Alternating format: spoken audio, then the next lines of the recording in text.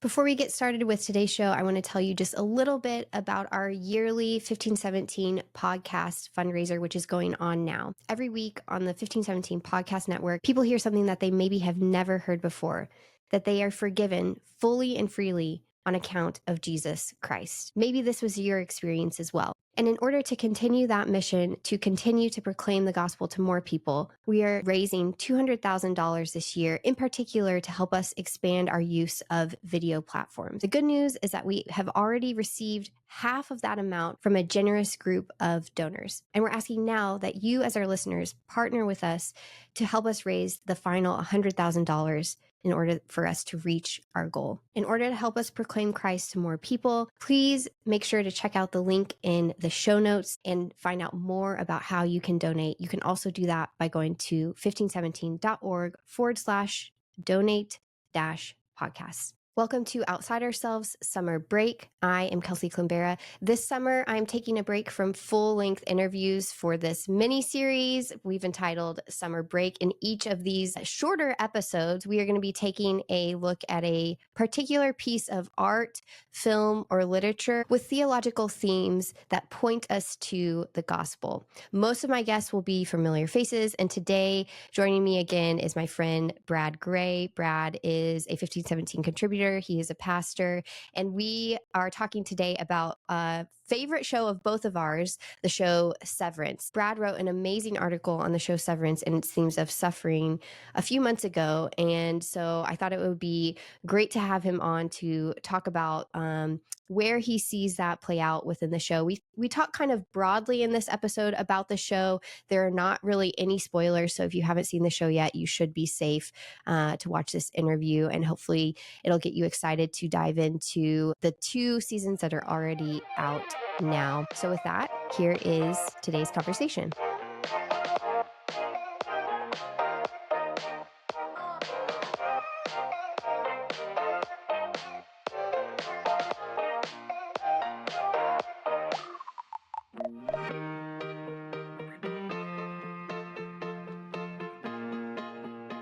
Brad, welcome back to Outside Ourselves. It's so good to see you.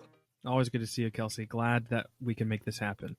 Yeah, I'm super excited about this little summer break episode because we have kind of over email and stuff talked a lot about this show, and we're both big fans of it. So really, really excited to kind of chat through the show Severance more really quickly for people who might not know who you are. You are a pastor, you're a writer.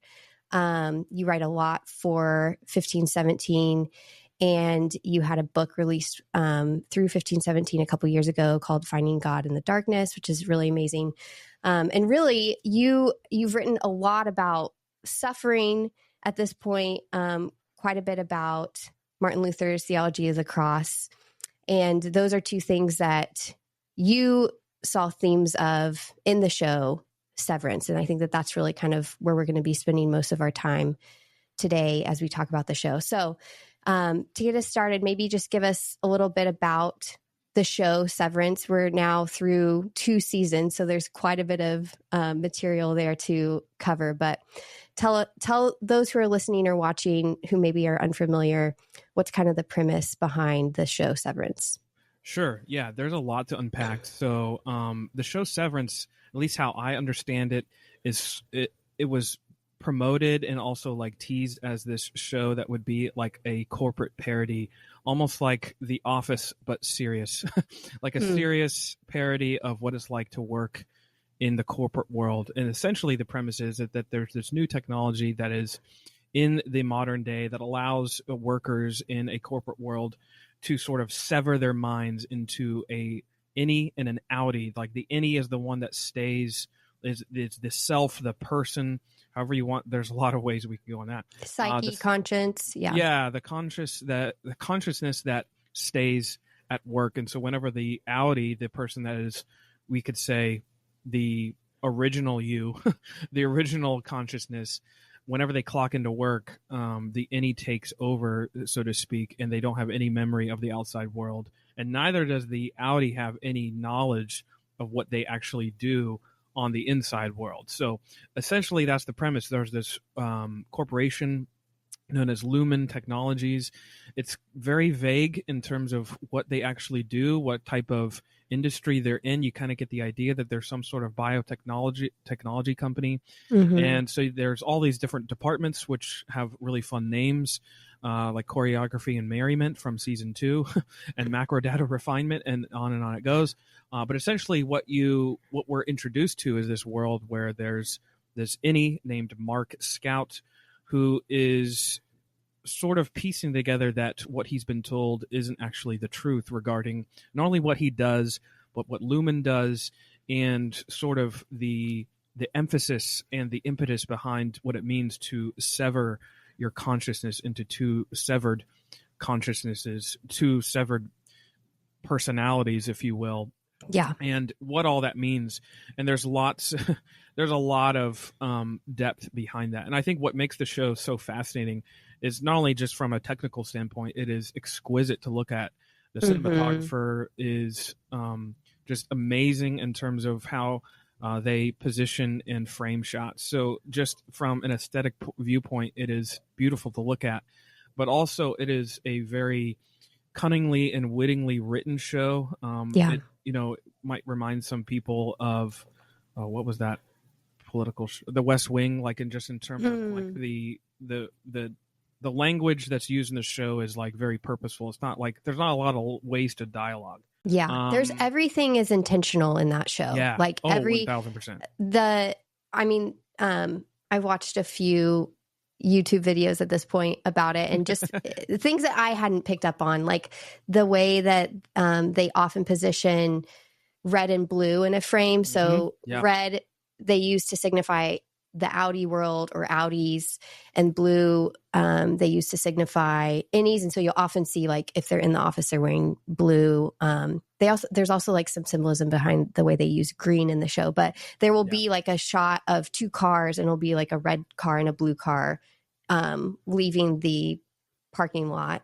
And it's like perfectly thought through how the cars are leaving. And I in some interview, they were talking about the haircuts and how Ben Stiller had like the exact haircuts that he wanted for all of the characters. So everything is super intentional and thought through, from the dialogue to the cinematography to the colors and positioning of everything. So yeah, you get the sense that the showrunners, Ben Stiller and others, that when they were conceiving of this show and then writing it, were very like Stanley Kubrick informed in terms of like the level of meticulousness that they're putting into, like you were saying, like not only the hairstyles and hair colors, but background scenes and what's going on, even like behind what's in frame, is very, very thought through. And I think that lends itself to being a show that is very engrossing.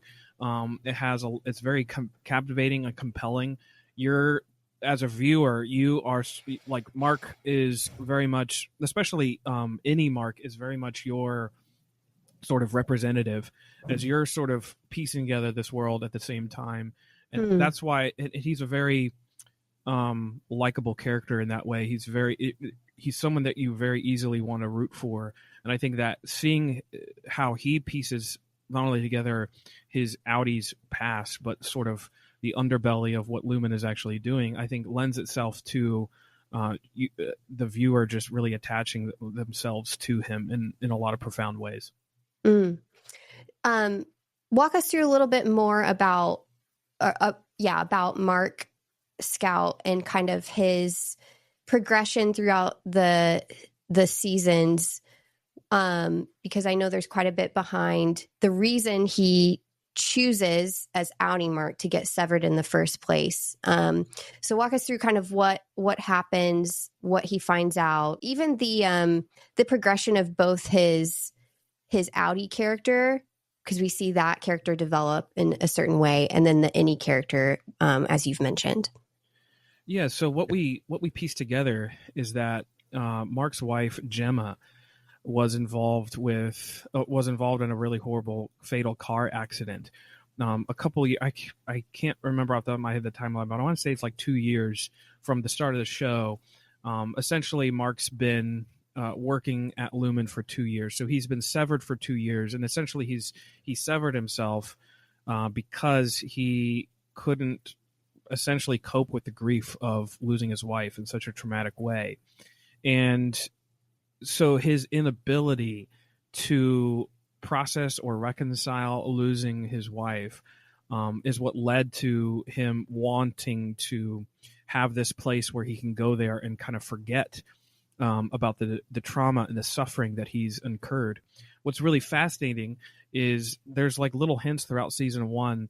I don't remember them quite as blatantly said in season 2, but regardless, about how I can't remember how they word it, but essentially like the bruises that you have on the outside world, you still bring them to work.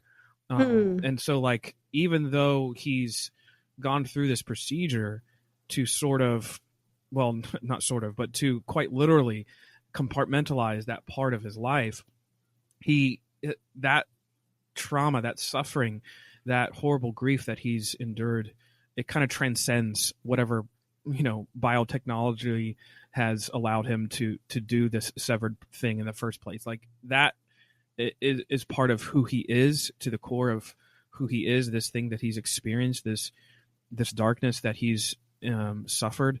And no amount of technology is going to allow that to go away. He can't erase that part of him. And I think that's kind of what we're learning is that suffering can't be, no amount of technology or effort can sort of reduce that. And I don't mean to Jesus juke this too quick, but like, I think that's something that's so just, it's like right there on the start. Like you don't have to search too far with Severance to see some of the themes of how humanity wants to reduce what suffering is or to change what suffering does to us.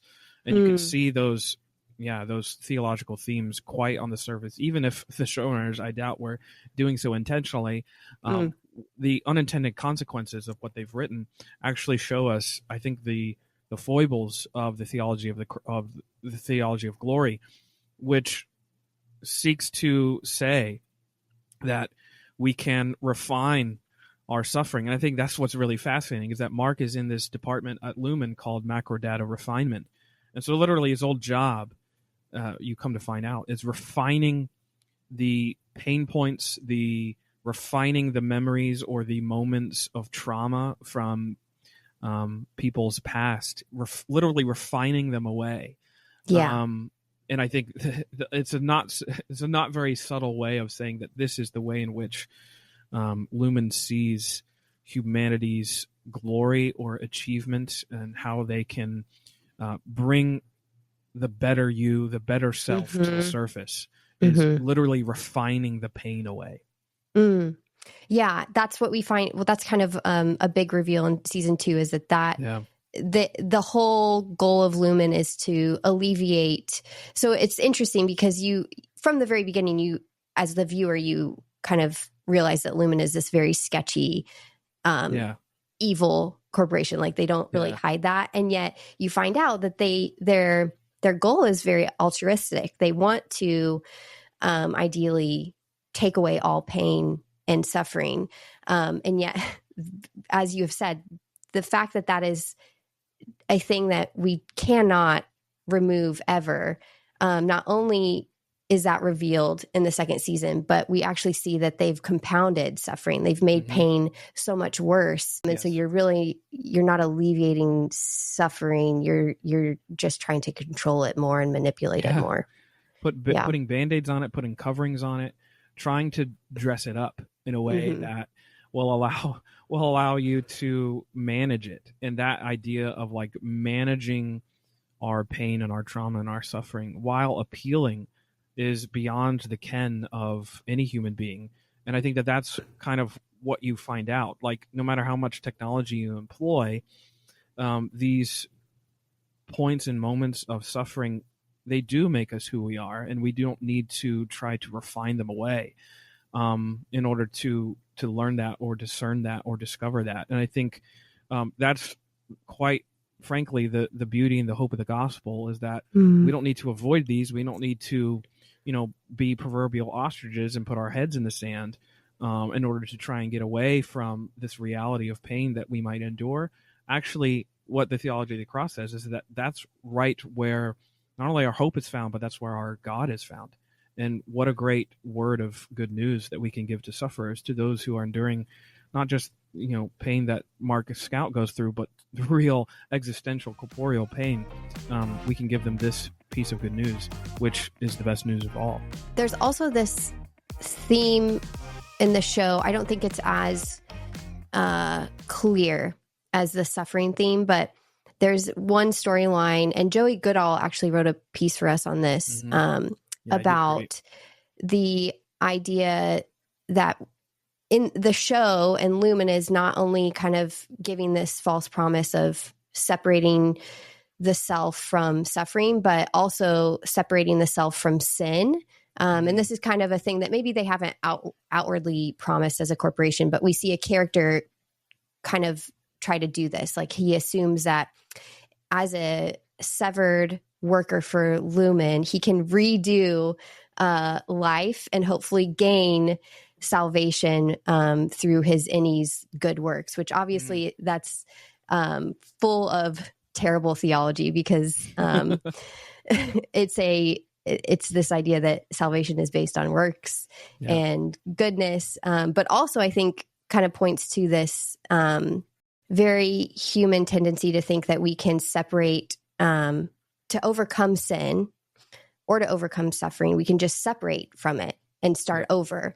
And, our theology would say like that sin, unfortunately, is a part of you, your whole entire life. And that's why we need a God who comes into our existence of suffering and imperfection, to take on that sin, to alleviate it from us. I don't know if you thought much about the sinner saint theme within Severance. I don't know if there's much more to it, but thought it was interesting enough to bring up. I think definitely in terms of like just right from the get-go, this idea that there's an innie and an outie lends itself to understanding the simile in a way that is, I think, helpful, but also in the terms of like you're seeing how the idea that we need to separate both of those consciousnesses also lends itself to understanding that we cannot separate either of those in the Christian life either. Like this idea that we can sever our sinner from our saint is just not possible, and that's kind of the point of the show as well. That as much as we want to try to compartmentalize these parts of our lives that maybe we don't like, or maybe that are seen as less than, as inferior, or as things that need to be excised out of our existence, out of our lives, we can't ultimately do that. We don't have the managerial power, let alone the technological force to do so. And I think that that's kind of what the show is saying. There's no amount of medicine, there's no amount of management that we can employ, let alone effort, to refine these out of our lives. And that could be applied to suffering as well as to sin. And I think that that's what makes Severance such a deep show, is that it's saying multiple things at one time.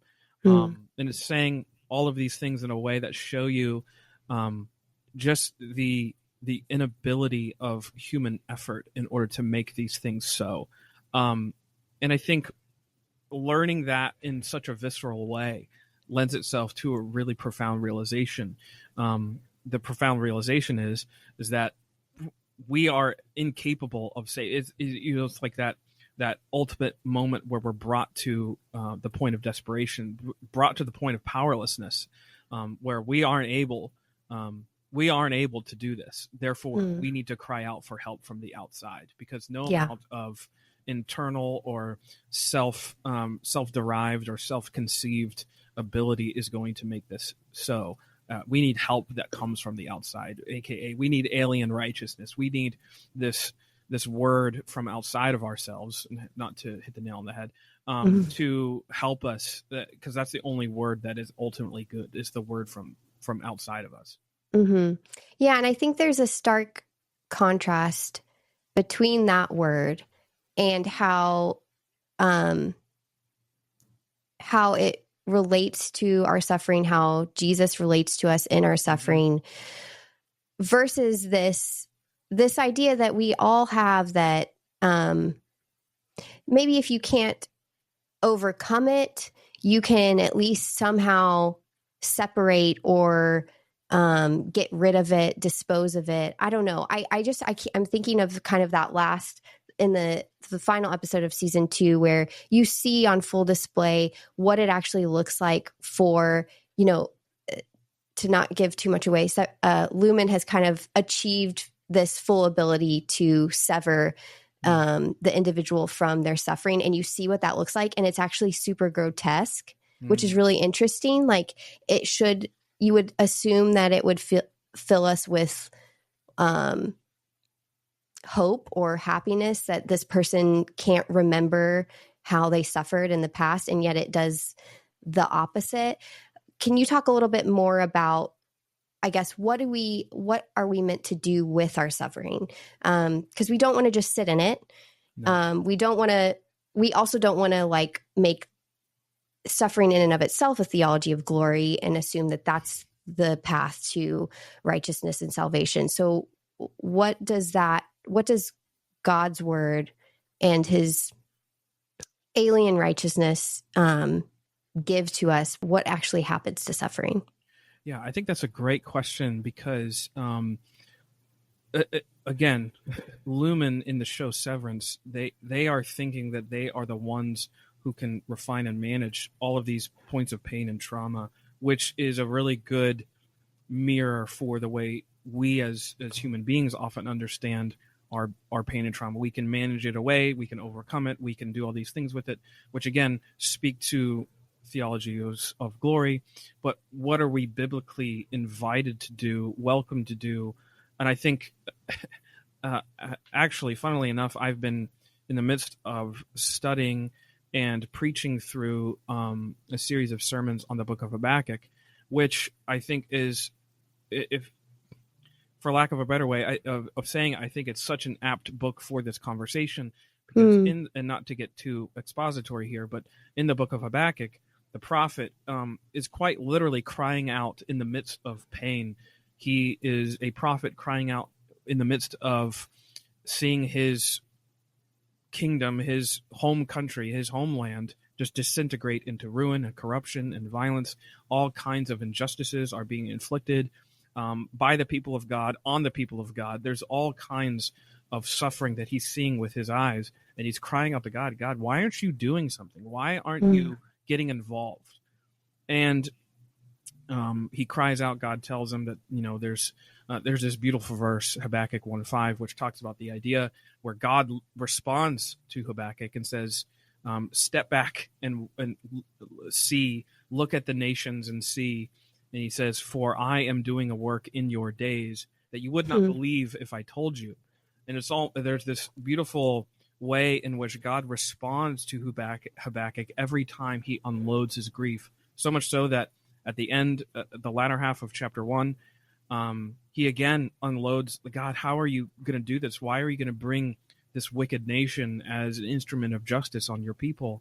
And then he says in chapter 2, verse 1, Habakkuk just responds, I'm gonna wait on God for him to answer me. And then that's where in chapter 2 we get that very famous phrase, chapter 2, verse 4, where God responds to Habakkuk, the righteous shall live by his faith.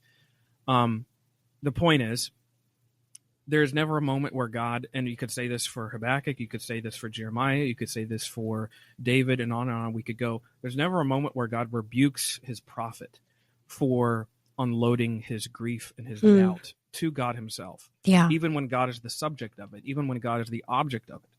And there's this notion that we cannot vocalize or vent these sort of feelings, that we can't say, man, this sucks, because, we have to be people who are seeing always the positive and the silver linings.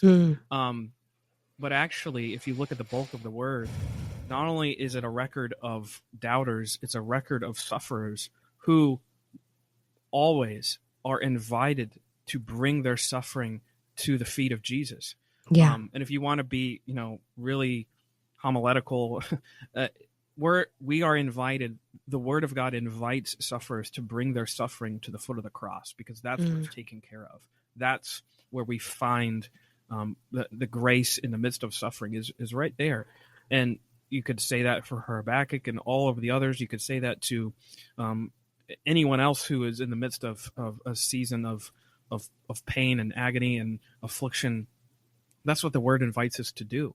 And what a great blessing is. We don't have to hide it. We don't have to suppress it. We don't have to think that we are the ones who can overcome it, that suffering is just this obstacle on this journey of climbing the ladder and so on and so forth. All of the ways in which we try to manipulate and manage our suffering. No, we can unload it and take it to Christ, because he is the one who suffered in our place. He suffered for us. He suffers with us. Yeah. And not to keep rambling, but I think No. another great point about this is this note that I've just been so enamored by, that phrase in the book of Acts, and again, not to get too expository, where Paul or Saul then, where he's met by Jesus, the risen Lord, on the road, the Damascus experience for Paul. And what does Christ say to him when he interrupts Paul's or Saul's journey to go and persecute more Christians, those who believe in the risen Christ? The risen Christ says to Paul, quite literally, "Why are you persecuting me?" So even though Saul was taking out, righteous vengeance on those who believed in Jesus, Jesus was the one suffering, and that's what he says. Which again speaks to the way in which Christ is our consummate sufferer. He's the one who suffers with us and for us, even now, even still.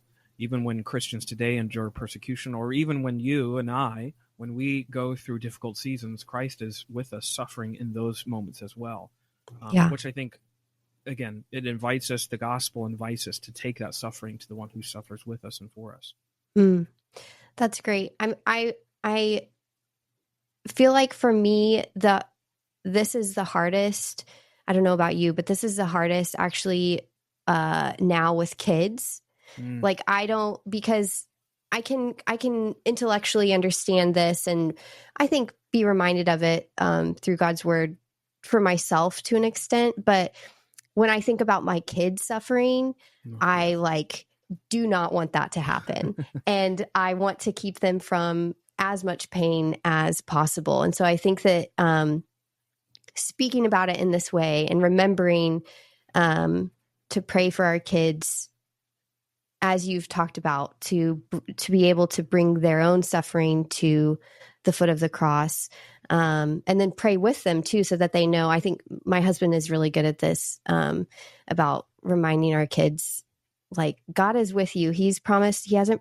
Bad dreams are a big thing in our house right now. So the boys always ask that we pray that they don't have bad dreams, which we do, and we say, like, God is powerful enough to keep bad dreams away. But if you have a bad dream, remember, God is with you in that bad dream. He's with you when you're sad and when you're down. And that's something that I have a hard time remembering. I want to pray, and I only want all of the bad dreams and the bad things to be at a distance from my kids. I don't know.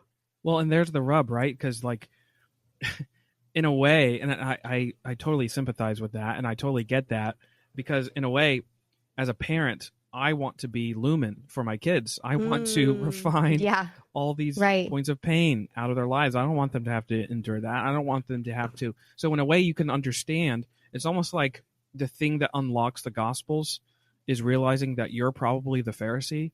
And I think the same way with the show Severance is that, as a parent especially, we're probably lumen. We're the family of Kier who have developed this whole, not only this whole technological strand, but this pseudo-spiritual strand of thought and life that says that we can manage and manipulate, and we can refine pain away so that you don't experience that. And I think part of being a parent is fighting that in your own kids. So in a way, I think this is kind of showing you, like, the show in itself is kind of showing you if you take that motivation or that aspiration to its fullest extent, this is what it's going to look like. And it actually doesn't make for a more full, complete person.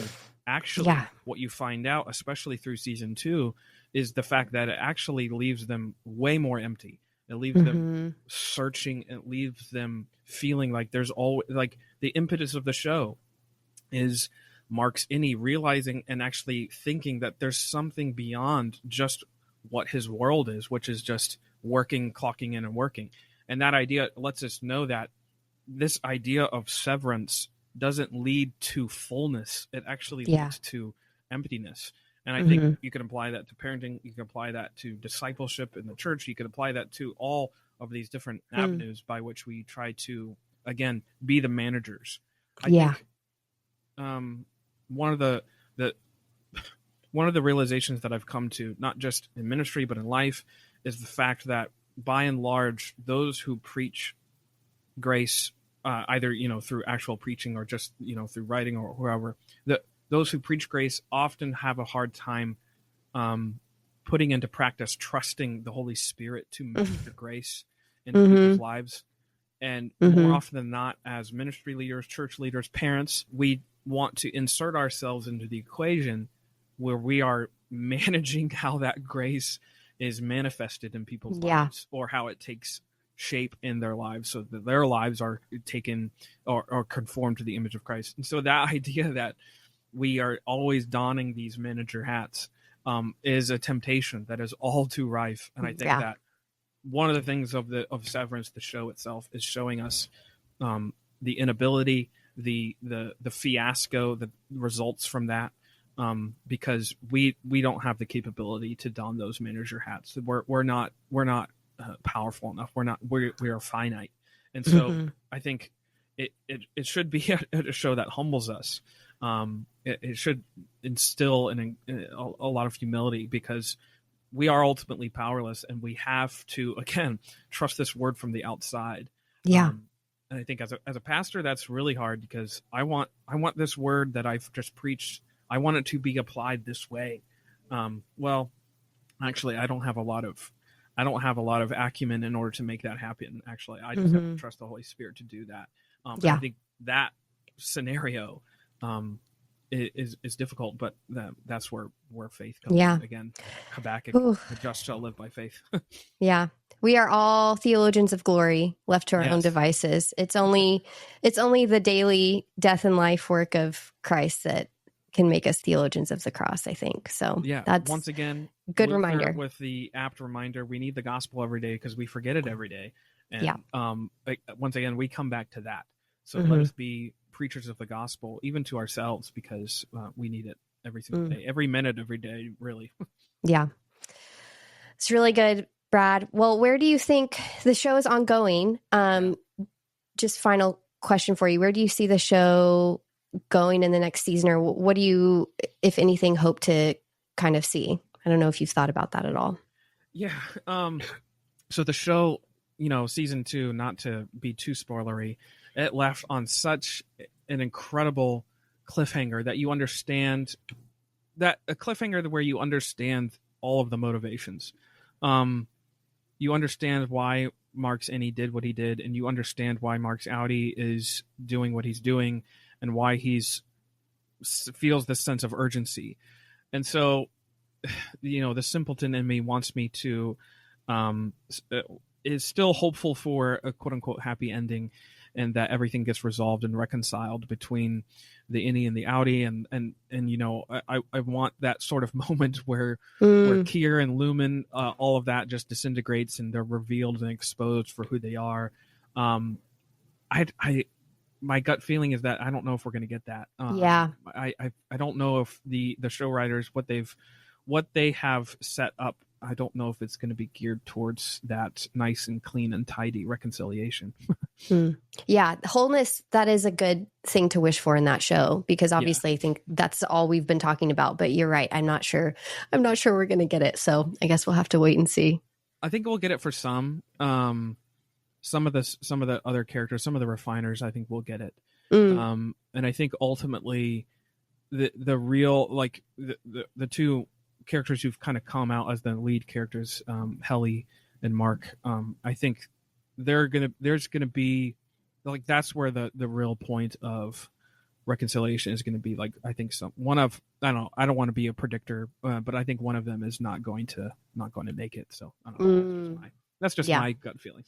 Yeah. But I have no inside Makes knowledge. sense. I don't know. It's such an affecting show, just from all these different angles. And clearly, as you know, we've been only talking for 30 minutes, and there's so much right there at the surface. So yeah, we didn't even get into like the themes of hell and all of that stuff, which is like a whole other heaven and hell, the goats, helly. Yeah, what are the goats?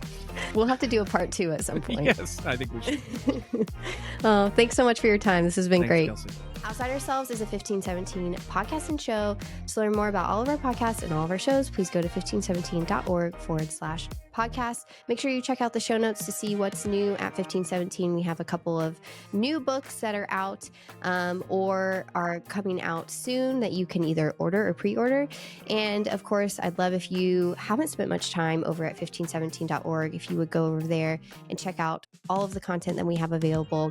We have a daily article every day of the week that comes out, as well as, of course, multiple podcasts every day of the week, all of which support our mission to declare and defend the good news that you are forgiven and free on account of Christ. I'll see you back here in a couple weeks with our next guest.